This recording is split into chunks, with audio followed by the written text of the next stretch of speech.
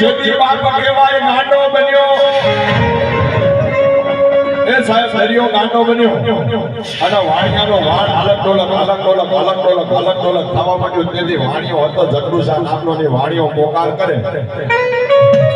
કે મારી જો કદાચ દુનિયાની માલપા કોઈ પીર પેગમ્બર માતા બાદે હોય મારો વાણિયાનો વાણ તારે તેથી પગથિયે લીલા નાળિયેર કરું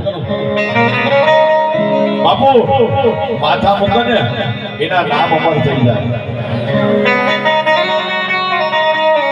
તેથી બાપ કહેવાય છે કે હંસના ભવાની કોયલા ડુંગરની મેલપતિ કાનો કાન સાંભળી જાય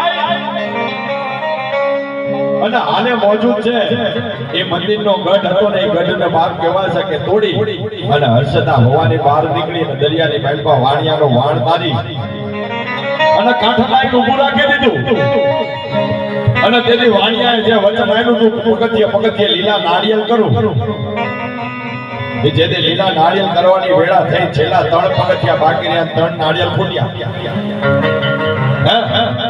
3 પગથિયા બાકી રહ્યા 3 નાળિયેર ફૂટ્યા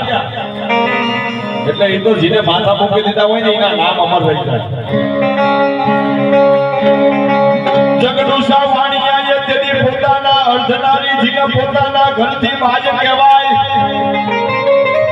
એ સાહેબ વિચાર કર્યા વગર એના પોતાની અર્ધનારી પોતાના ઘરથી ભાઈ કહેવાય એના બાપ કહેવાય છે કે એક તલવારના ઝાટકા ભેગું પોતાની ભાઈનું માથું મૂકી દીધું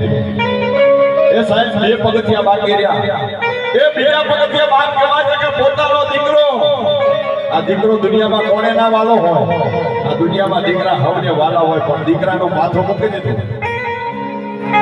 અને જે છેલ્લું પગથિયું બાકી રહ્યો જગડુશા